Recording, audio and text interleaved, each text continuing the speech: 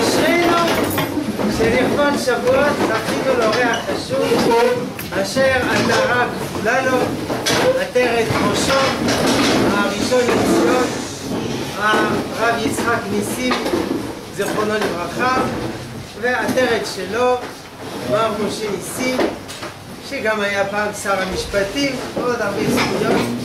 ולכבוד חג השבועות וגם לא לכבוד ביקור האפיפיור, זה מצד זה עשה אלוהים. מצד אחד הראשון לציון הרב יצחק ניסים, לעומת זה ייבדל לחיים קצרים וזה האפיפיור. אז כבודו יספר לנו גם על הרב ניסים וגם על הצד השני. ברשות ראש הישיבה,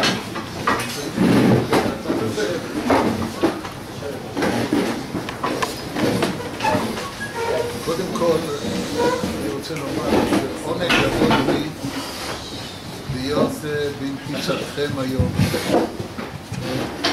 ערב חג השבועות ולשוחח איתכם על נושא שהוא מאוד קרוב לליבי, אבל יכול להיות שאני אהיה חשוד בעיניכם. שהרי הנושא הוא ראשון לציון, הרב יצחק ניסים, שזכיתי להיות בנו, ואני כאילו נוגע בדבר, ועל כל פנים חשבתי שצריך לתת את מה שנקרא גילוי נאות. ואני ערב לכם שכל מה שאני אומר יהיה בלשון עובדות, ללא כל הגזמה, ללא הפרזה, וללא כל רצון ליצור דמות מיוחדת או דמות שהיא מעל האישיות האמיתית שהייתה באבא שלי, עליו השלום, אבי מורי. השאלה הראשונה שצריך להציג היא, קודם, מה התפקיד של הרבנות הראשית? אנחנו מכירים את עולם הרבנות בישראל מזה שנים, ולפי דעתי כל רב ראשי שנבחר צריך להציג את האני מאמין שלו, איך הוא רואה את התפקיד שלו. ובכן, את התפקיד כפי שאבי עליו השלום ראה, הוא הגדיר ביום ההכתרה שלו בבית הכנסת ישורון בירושלים. עכשיו תשאלו אולי למה בית הכנסת ישורון ולא המקום הקבוע שבו הוכתרו הראשונים לציון, בית הכנסת השם רבן יוחנן בן זכאי, כל הראשונים לציון שהיו לפני אבא. לפני אבא היה הרב עוזיאל זצ"ל, ולפני כן הרב יעקב מאיר, ולפני כן מאות בשנים, גדולי ישראל, בעל חכרי לב ועוד גדולי הגדולים שקמו לעם ישראל, והם הוכתרו בית הכנסת השם רבן יוחנן בן זכאי. אבל אבא נבחר לתפקידו בשנת תשט"ו, וירושלים לא הייתה בידינו. ירושלים נכבשה, נפלה בידי הירדנים, ולכן בפתח נאום ההכתרה שלו הוא ציין את העובדה הזאת, שהנה כל הראשונים לציון הוכתרו בבית הכנסת השם רבן יוחנן בן זכאי, ואילו אני בבית הכנסת ישורון בירושלים.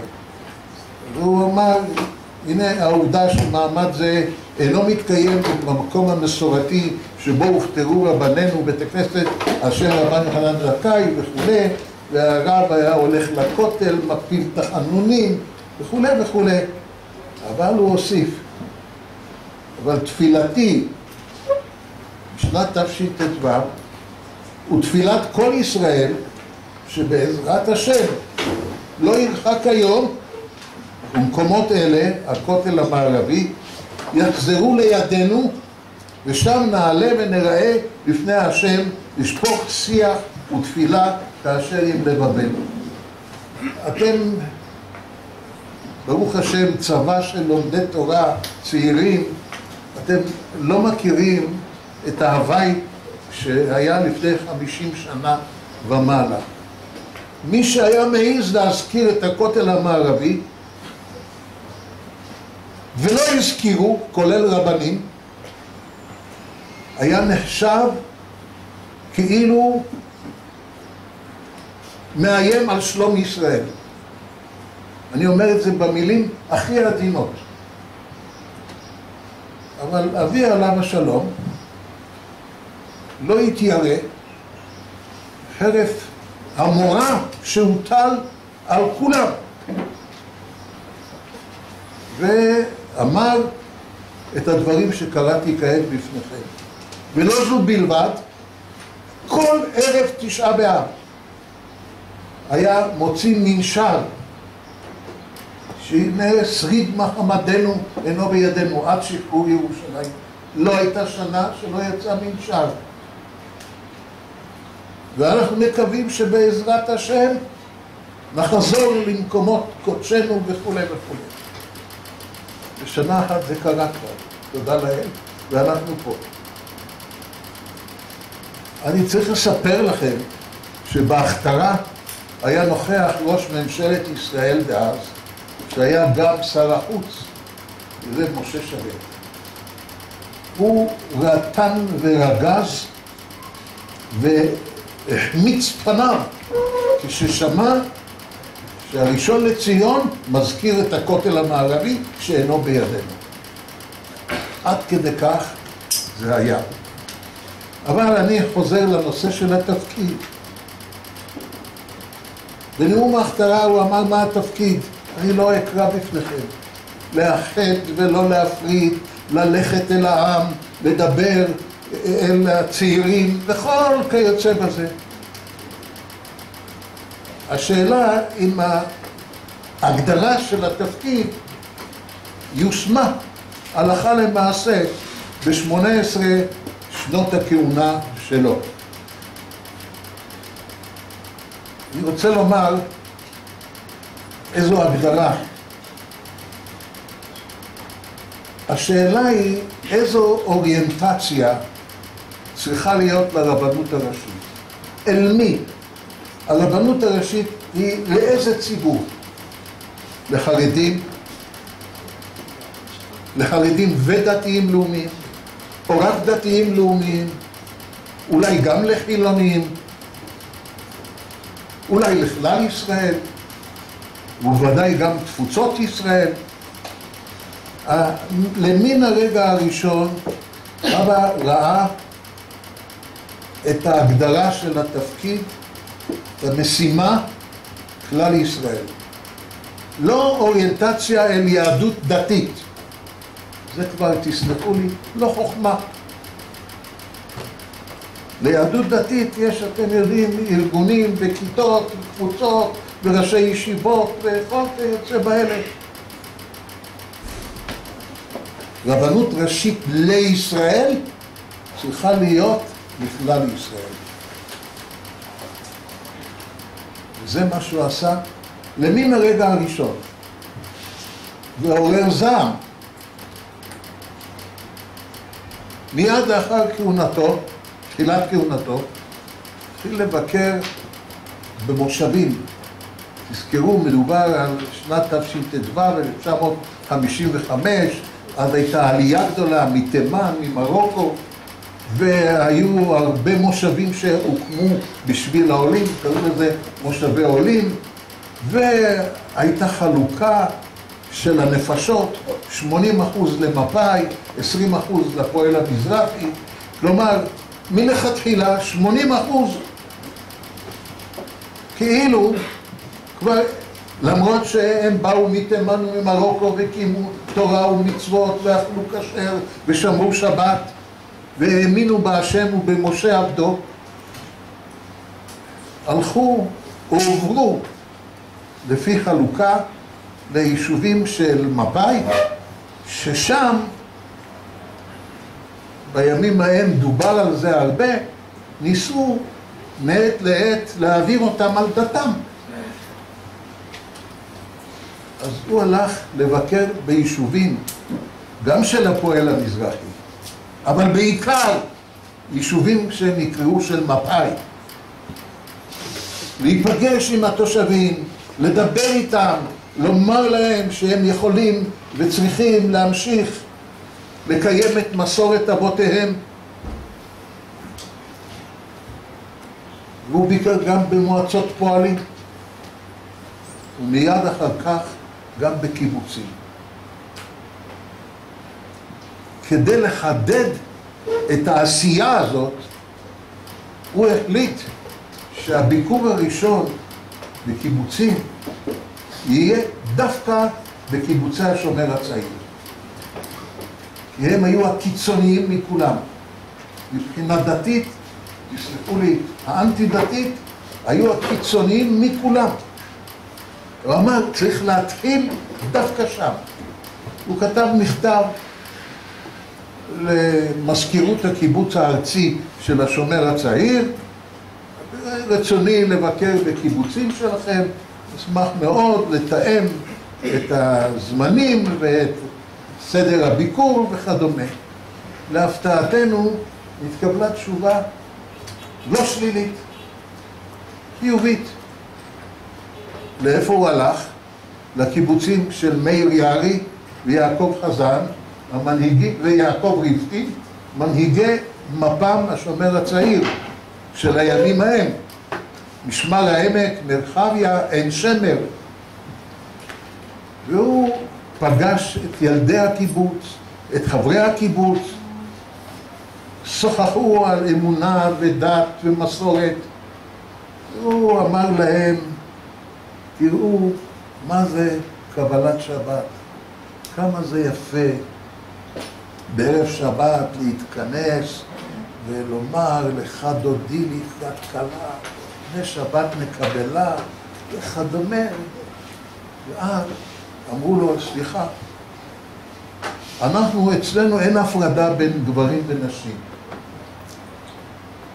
אמר להם, אני מתיר לכם להתכנס בליל שבת גברים ונשים יחד ולהגיד לך דודי. אחר כך הוא הסביר להם מה המשמעות של המזוזה. ואתם לא תאמינו, ביקשו ממנו לשלוח להם מזוזות, ואלה היו המזוזות הראשונות בקיבוצים הללו של השומר הצעיר. ואני לא אלאה אתכם, אבל הביקורים האלה התמשכו שנים. הוא ביקר בעשרות רבות של קיבוצים. הוא גם נפגש אישית עם יעקב חזן ועם מאיר יערי ועם יצחק טבנקין. טבנקין בא אליו. הוא ראה בזה שליחות אל העם. לדבר אל העם. דבר שני, אין יום שאין בו מאורעות שונים ומשונים. כל יום מביא לנו תרחיש חדש. עכשיו אני בא לכאן, אני שומע פצצת אטום של קוריאה הצפונית, היה ניסוי היום, וטילים. מדברים על טילים באיראן ופצצת אטום באיראן, וכל יום בעולם כולו מתרחשים טיסה לחלל, וצורך לומר בישראל זורקים פירות וירקות ומשמידים, ועוד כל מיני אירועים. אני יכול להגיד לכם, כשאני אגיד לכם את המספרים, אתם תתקשו להאמין. לא היה נושא מן הנושאים האלה שלא יצאה מנשר או תגובה או קריאה מאת הרב הראשי. טיסה לחלל, פצצת אטום פה, שם. אין נושא. משמידים פירות וירקות. ערב תשעה באב, על תפילה שנחזור אל המקומות הקדושים שלנו. אין נושא שהתרחש בישראל. רצח קנדי, הנשיא קנדי, תגובה. יש ספר שיצא,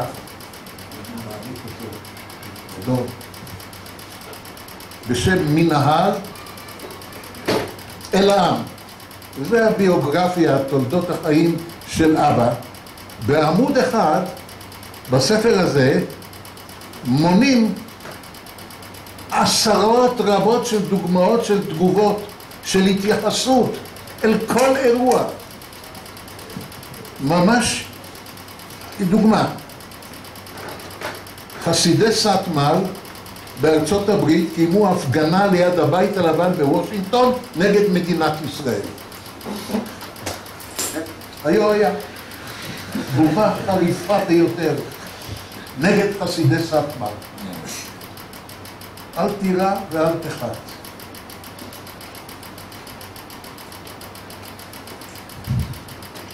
העמלת שערים, ריבית, שוק שחור,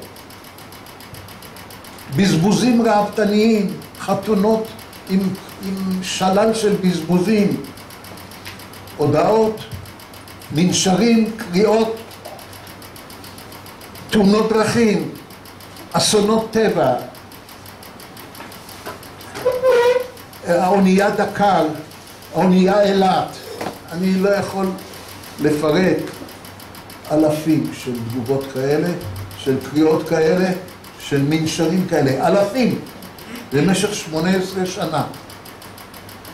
לא היה אירוע ללא התייחסות, והפלא בדבר הוא שזה גם פורסם. העיתונות שלנו, התקשורת שלנו, לא ראויה להוקרה מיוחדת. דברים חיוביים, דברים טובים, דברים שמדברים על אמונה. אגב, גם התקפות על בית המשפט העליון, בעניינים של מיהו יהודי, בעניין טלוויזיה בשבת, התקפות ישירות על בית המשפט העליון. שוב, ללא חת, ללא מורא. סיפור אחד מעיד איך ראו האחרים, כלומר הממשלה, את ההתנהלות הזאת, את ההנהגה הזאת, את התפקוד הזה. הנשיא הראשון של מדינת ישראל היה חיים ויצמן, זיכרונו לברכה. הוא נפטר יחסית מהר מאוד לאחר קום המדינה, ואז כמובן מדינת ישראל, כמו שמקובל, עשתה עצרת זיכרון לנשיא הראשון של מדינת ישראל. שלחו הזמנה גם לרב הראשי לישראל. הוא פותח את ההזמנה ורואה מרש של פלוני, וזה, ונאום של זה. איפה פרק תהילים? איפה השכבה, אל מלא רחמים? איפה סממן של סממן יהודי? והוא כותב להם מכתב, קיבלתי את ההזמנה, אני מודה מאוד, אבל לדאבוני אני לא יכול לבוא, מפני שהעצרת הזו היא לא נערכת לפי מתכונת יהודית, אלא נוצרית, וזה לא ראוי לנשיא מדינת ישראל, לפיכך צר לי שלא אוכל לבוא. ופורסם, שמע בן גוריון, שהיה אז ראש הממשלה, צריך לפטר מיד את הרב ניסים על החוצפה ועל ההעזה שהוא מחרים את עצרת ויצמן, עצרת הזיכרון לויצמן. הוא פקיד והוא לא יכול להעיז להתנהג ככה, מיד לפטר אותו. באמת לאמיתה, דברים שהיו. אז לא פיטרו אותו מיד, אבל איזו העזה לא לבוא. רבותיי, בשנה שלאחר מכן, פרק תהילים ואל מלא רחמים.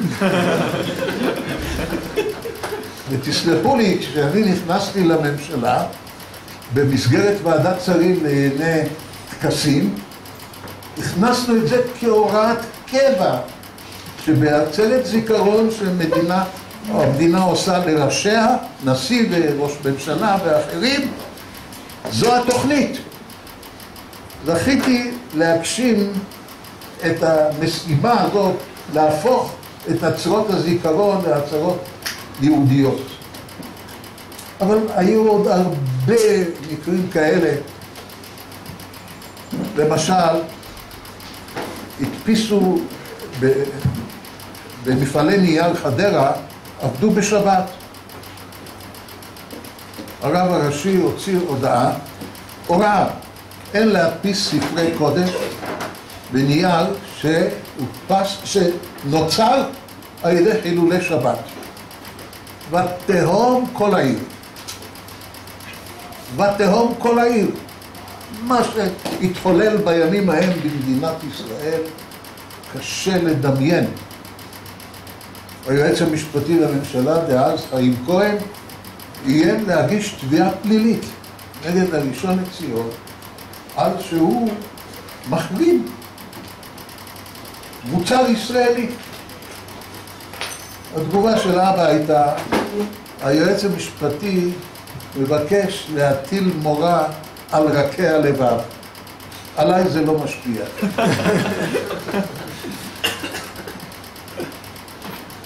להטיל מורא על רכי הלבב. אבל אני יודע שאני לא יכול להעריך יותר. מה היה השיא? תאמינו לי שהיו כל כך הרבה אירועים, כל כך הרבה נושאים, למשל, התרת בני ישראל לבוא בקהל.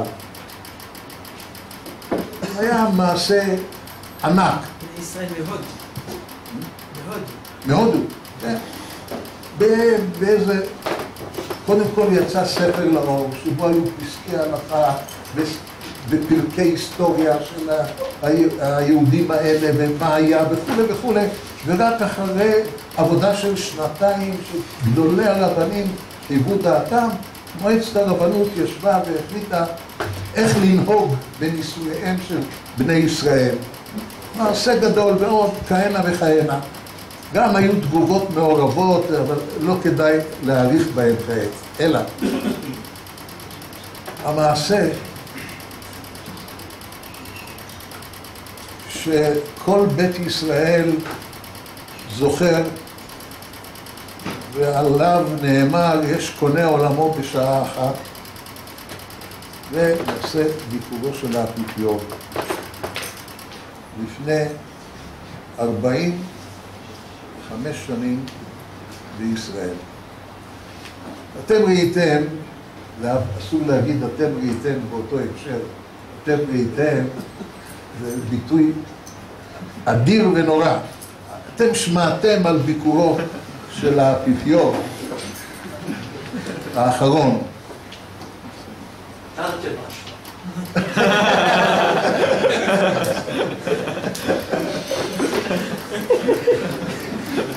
מה שזעזע אותי, היו הרבה דברים פגומים, גם הממשלה הקודמת והזו יצאו מכלי שתי הממשלות, לפאר ולרומם ולהציל ולעשות את כל מה שניתן כדי שיהיה שבע רצון כבוד האפיפיור. אבל מה שצבט אותי בליבי, ולא יכולתי ואינני מוחל ולעולם לא אוכל למחול, כרבי סתם אדם, שהוא הזכיר את השואה, הוא לא אמר את המילה שואה, אבל הוא אמר ההרוגים. בעיניי זה שיא החוצפה, זה שיא השפל, ואנחנו עוד לא ירדנו לעומק החוצפה הזאת. על השואה הנתעבת איך נהגו בבני אדם, חיות האדם השפלים והנתעבים שבכל הדורות? הרוגים? לא הנרצחים והנטבחים, הרוגים. כולנו יודעים את ההבדל. זה היה שיא השפל. היו עוד, אבל בעיניי לא היה דבר שצבט אותי כמו האמירה הזאת. אבל האפיפיור הזה אפילו ביקר בהיכל שלמה. זה שונה. מה היה? היה פיוס ה-12, שם רשעים ירכב, תסלחו לי, או שלא תסלחו לי, שבכל תקופת השואה לא היה מוכן, למרות פניות רבות שהיו אליו, לדבר נגד רצח עם.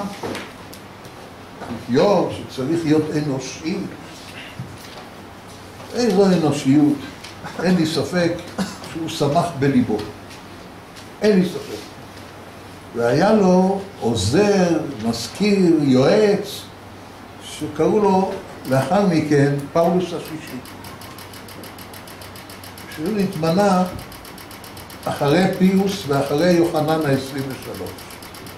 והנה, יום אחד הוא מודיע קובל עולם, אני הולך לבקר בפלסטינה. וכדי לבקר במקומות הקדושים, את ערש האנושות וערש הנצרות וערש וכו', הוא מודיע קובל עולם. לא הוא, לא אחד מעוזריו ופקידיו, שריו, יועציו, לא מתקשרים עם מדינת ישראל, עם ממשלת ישראל, עם שגריר ישראל בוותיקן, שום דבר. זו ארצו, זה לא ארץ ישראל. הוא בא, הוא מחליט. רק שמעה ממשלת ישראל דאז שהאפיפיור עומד להגיע, יצאה מכליה, מעדו קרסוליה, ולא ידעה את נפשה אותה ממשלה. מיד מינו ועדת שרים מיוחדת וצוות בראשותו של טדי קולק להכין את הביקור. סללו את כביש הר ציון, קוראים לו עד היום כביש האפיפיור, והפכו עולם. היה אמור לבוא ממעבר מנדלבום, דרך ירדן, ורצו לקיים שם קבלת פנים הכי ממלכתית שאפשר היה לדמיין. כמובן, הוועדה הזו באה אל הרב הראשי, שהיה כמה שנים רב ראשי יחיד, זה היה אחרי פטירתו של הרב הרצוג זצ"ל,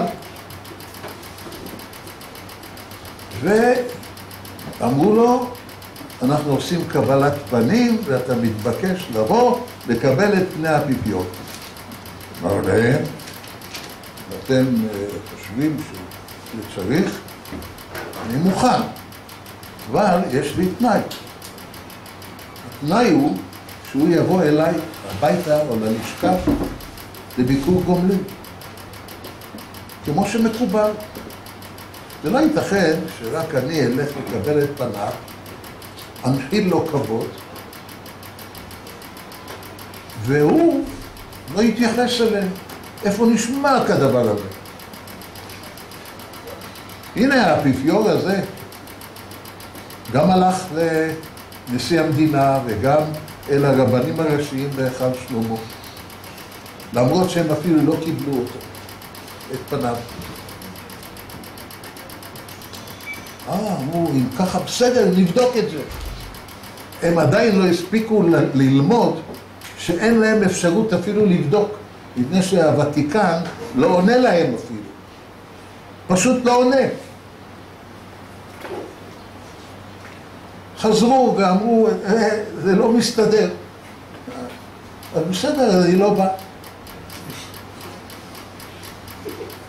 זה ייתכן? זה כבוד האפיפיור? הוא אומר להם ככה, אני היום, מעולם הוא לא אמר את זה ולא רצה בתואר הזה ולא חשב על זה, אבל לצורך העניין אמר, אני היום ראש הדת היהודית. היה רב ראשי יחיד, יכול היה לומר את זה. אני מייצג כעת את הדת היהודית. הדת היהודית הנחילה לאנושות את מיטב הערכים,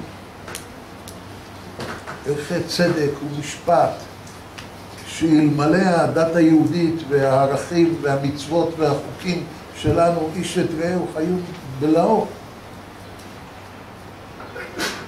הנצרות לא תרמה מאומה. אנחנו אומה קטנה. הקתולים הם ענקיים, מיליארדים.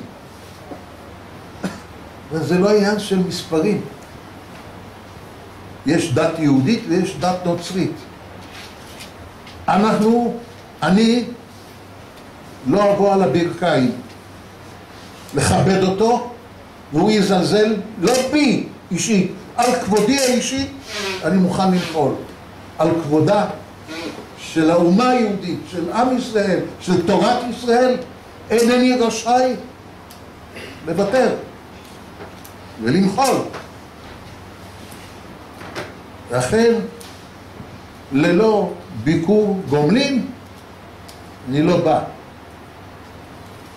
ואז התחילה מערכת של שטנה וקטרוג ואיבה ומסתמה. שרי ממשלת ישראל יצאו מכליהם. הרב הראשי מבזה את האפיפיור.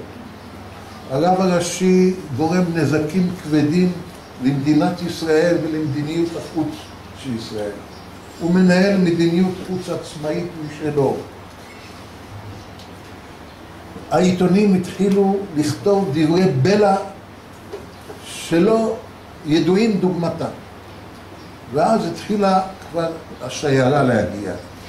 נשיא המדינה שולח את פלוני, לא נזכיר שם, ראש הממשלה בא, סגן ראש הממשלה בא, שרים, השר שפירא בא, השר ורפניק בא, כולם מפצירים, מבקשים, מתחננים, תבוא. אומר להם, לא. על כבודה של הדת היהודית לא אוותר. אמרו לו, תדע לך, אתה עושה משהו חמור ביותר. אתה תגרום לכך שבכל המדינות הקתוליות יהיה פוגרום ביהודים, והאחריות כולה עליך. אמר, אני רושם זאת בפניי, האחריות עליי. הלחצים ממשיכים. זאת אומרת, יש לי הצעת פשרה בשבילכם.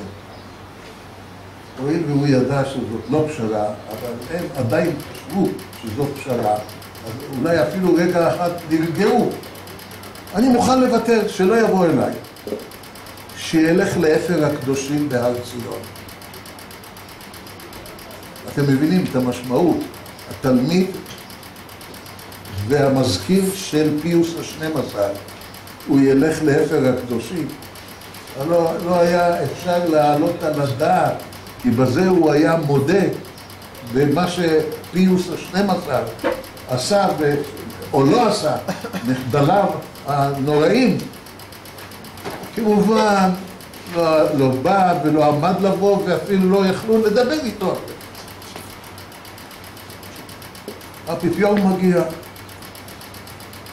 גולדה מאיר יום קודם אמרה אין מנוס, הרב ניסים מנהל מדיניות חוץ פרטית, יצא האפיפיור מהארץ, צריך לפטר אותו.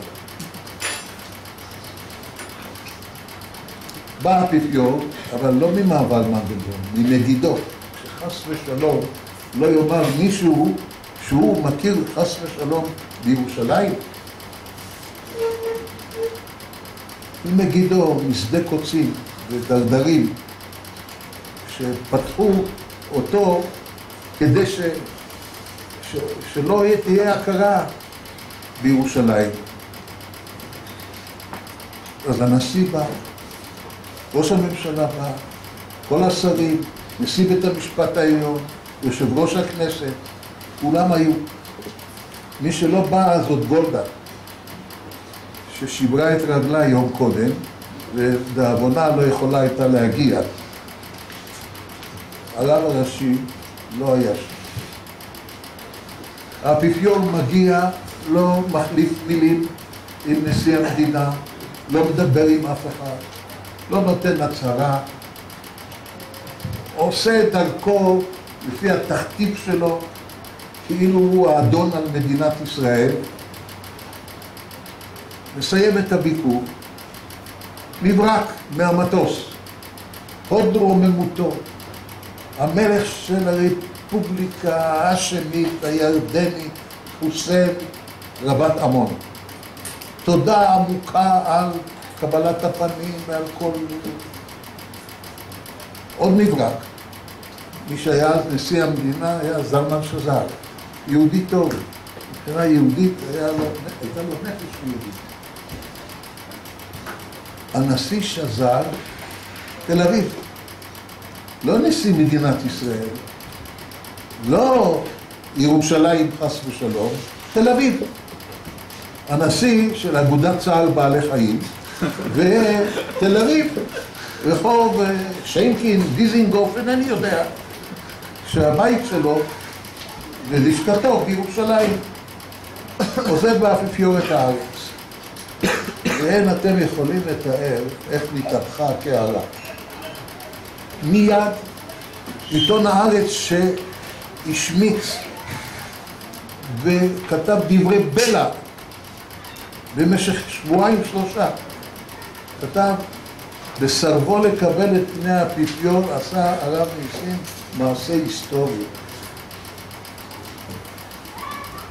פתאום התחילו כולם להגיד הרב ניסים צדק, הוא הציל את כבוד העם היהודי. טוב. גם טדי קולק, גם גולדה מאיר, גם יעקב שמשון שפירא שהיה אז שר המשפטים. אנחנו טעינו, הרב ניסים צדק. אלפי מכתבים מארצות הפוגרום שאתם זוכרים. זקפת את קומתנו, זה היה המוטו של אלפי מכתבים מרחבי העם היהודי. גם נוצרים קתולים כתבו דברים מופלאים. אחד מהם מניו זילנד כתב, תמיד ראיתי בעם ישראל גבורה. הנביאים סימלו בעיניי, נביאי ישראל, את הגיבורים, את הגבורה. בזה שאתה סירבת ותקבל את פני האפיפיור, הפגנת את המשך הגבורה של נביאי ישראל. ולכן אני שולח אליך שי, הדבר הראשון שאני אפגוש בחנות לממכר מתנות. אנחנו נתיירנו מאוד, חשבנו שזה מעטפת נפץ, וזה היה מאוד הגיוני. האיש נפגע ואמר, אני אכתוב מילים טובות כדי להסוות ולנקום. אמרנו את זה לאבא, הוא אמר, אני גוזר עליכם להביא לידי את החבילה, ורק אני פותח אותה. אנחנו רצינו שהמשטרה תפתח ותבדוק. פותח את המעטפה, לא פצצת אטום ואפילו לא פצצה אחרת, אלא מתנה יפה, צדף מפואר, שמפאר את הבית. אמיתי. מה בא ללמד אותנו הדבר הזה? לא לכרוע ולא להשתחוות. הגלותיות היא לא מדיניות, זה תבוסה. אנחנו, עם ישראל, צריכים להיות גאים ביהדותנו, בתורתנו, ומה שהנחלנו לאנושות. אין מי שתרם לאנושות את מה שעם ישראל תרם באמצעות התורה שלנו.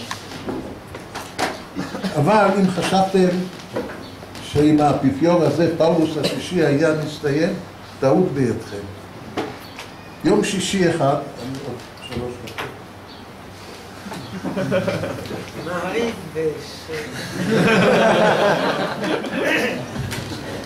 יום שישי אחד, לדאבוננו, מקרה מעשי החבלה הראשונים שהיו בשוק מחנה יהודה, הצעירים לא יזכרו את זה, אבל 15 אנשים שהלכו לקנות צורכי שבת נהרגו בפעולה של חבלה, מחבלים, בשוק מחנה יהודה.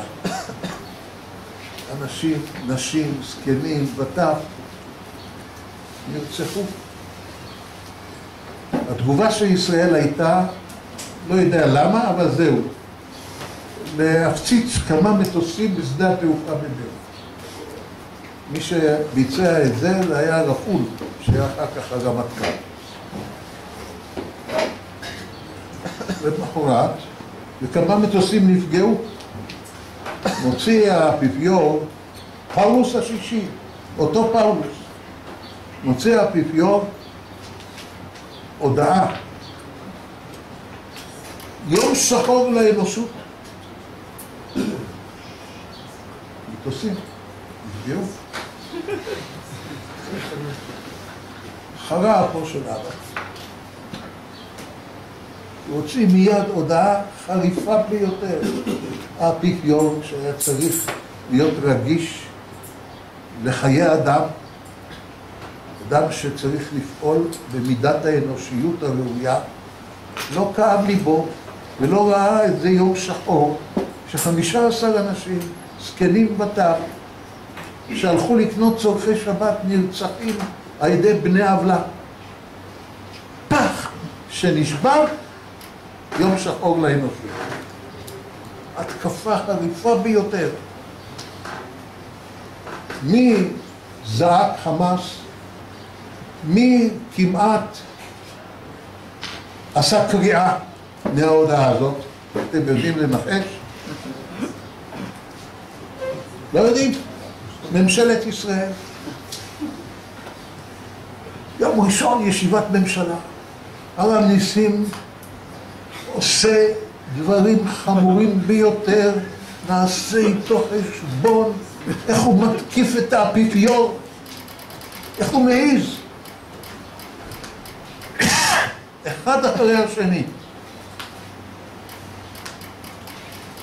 מצלצלים לשי עגנון שהיה ידיד של אבא, הסופר שי עגנון, אומרים לו, תראה, אולי תדבר עם הרב ניסים, ככה שיגיד, הדברים הוצאו מהקשרם. שהוא לא יתכוון.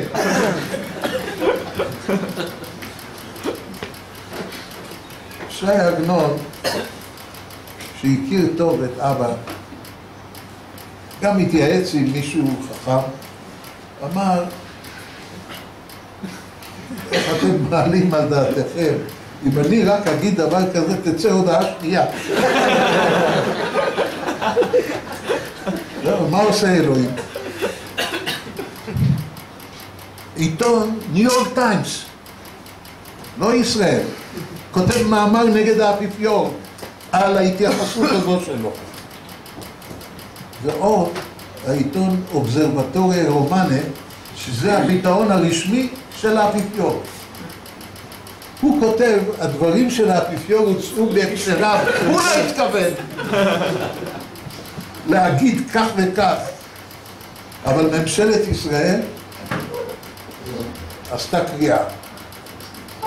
עוד פעם, גלותיות איננה מדיניות. אז אני לא אספר לכם על פסיקות הלכה לרוב, לא בתשובות ארוכות כאורך הגלות, בשורות אחדות. אני לא אספר על הכרעות גדולות. אגב אוחה, שתדעו, חרף כל זה הייתה ידידות גדולה עם שרים ועם שופטי בית המשפט העליון, שאתמול היו אצלו ולמחרת הוא לא היסס להוציא הודעה נגדם.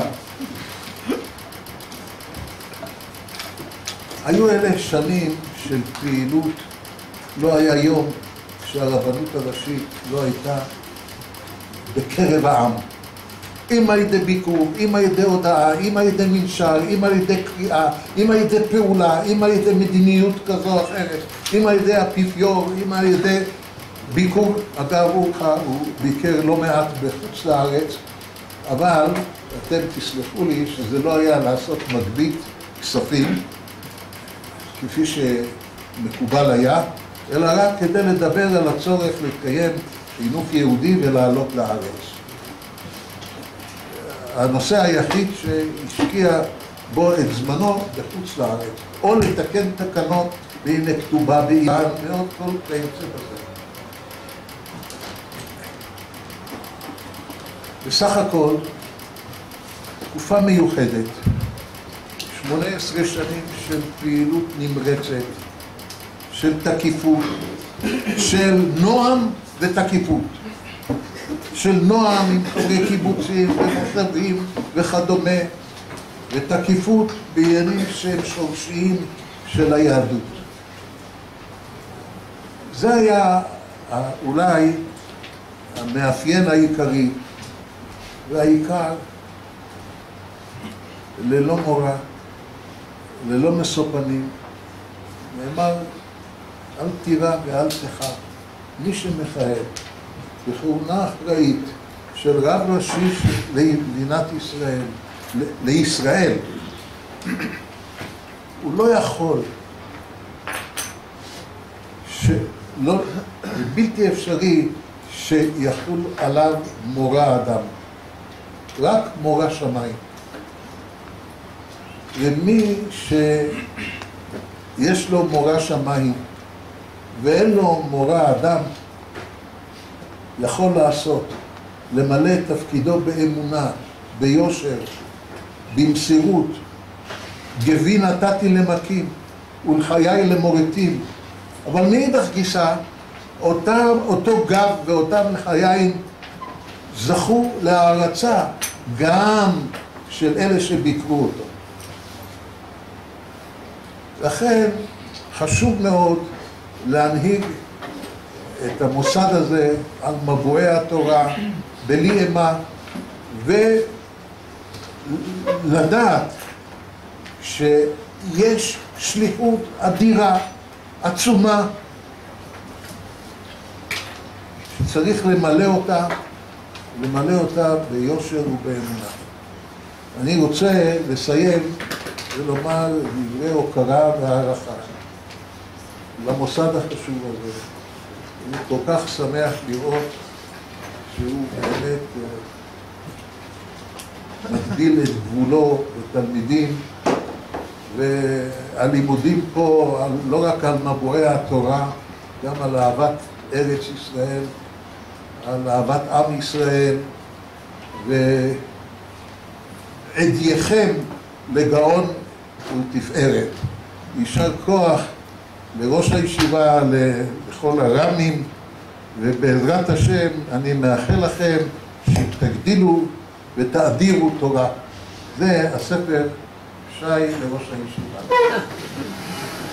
אנחנו מודים לכבודו על מה שסיפר, על הרב ניסים ועל הגבורות ועל התשובות ועל המלחמות והישועות שהשם עשה לנו בימים ההם, וכן יהיה בזמן הזה. אמן.